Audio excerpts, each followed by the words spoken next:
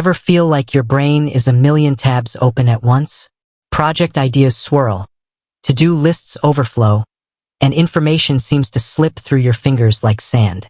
Fear not, fellow knowledge worker. The internet brims with productivity apps promising to tame the chaos. One name pops up constantly, Notion. But here's the question. Is Notion the hero or the villain in this story? Is it the key to unlocking ultimate organization, or just another overwhelming software monster? Let's face it, Notion looks sleek.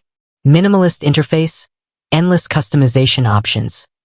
It's the productivity app equivalent of that perfectly curated Instagram aesthetic. It boasts features galore, note-taking, project management, wikis, databases, or you name it, Notion does it. The holy grail, though, seems to be its ability to consolidate everything into one beautiful workspace.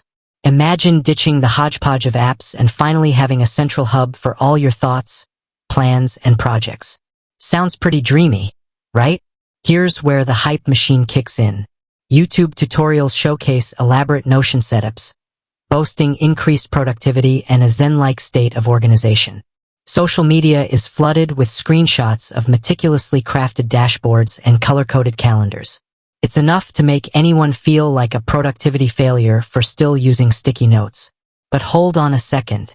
Before you dive headfirst into Notion nirvana, let's address the elephant in the room, the learning curve.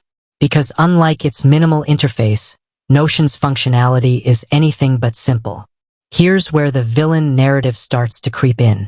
Notion throws around terms like databases, properties, and roll-ups with reckless abandon. Those gorgeous templates you see online, they often require a surprising amount of tweaking and understanding to truly work for you. Suddenly, that dream workspace starts to resemble a confusing labyrinth. Frustration sets in. You spend more time fiddling with formats and layouts than actually getting things done. Where's the promised productivity boost? Why does everyone else seem to have mastered this app, while you're stuck wrestling with basic functions? Fear not, my friend. You're not alone in this struggle. A quick Google search reveals a chorus of voices echoing your woes. Notion is too complex, they cry. It's not user-friendly.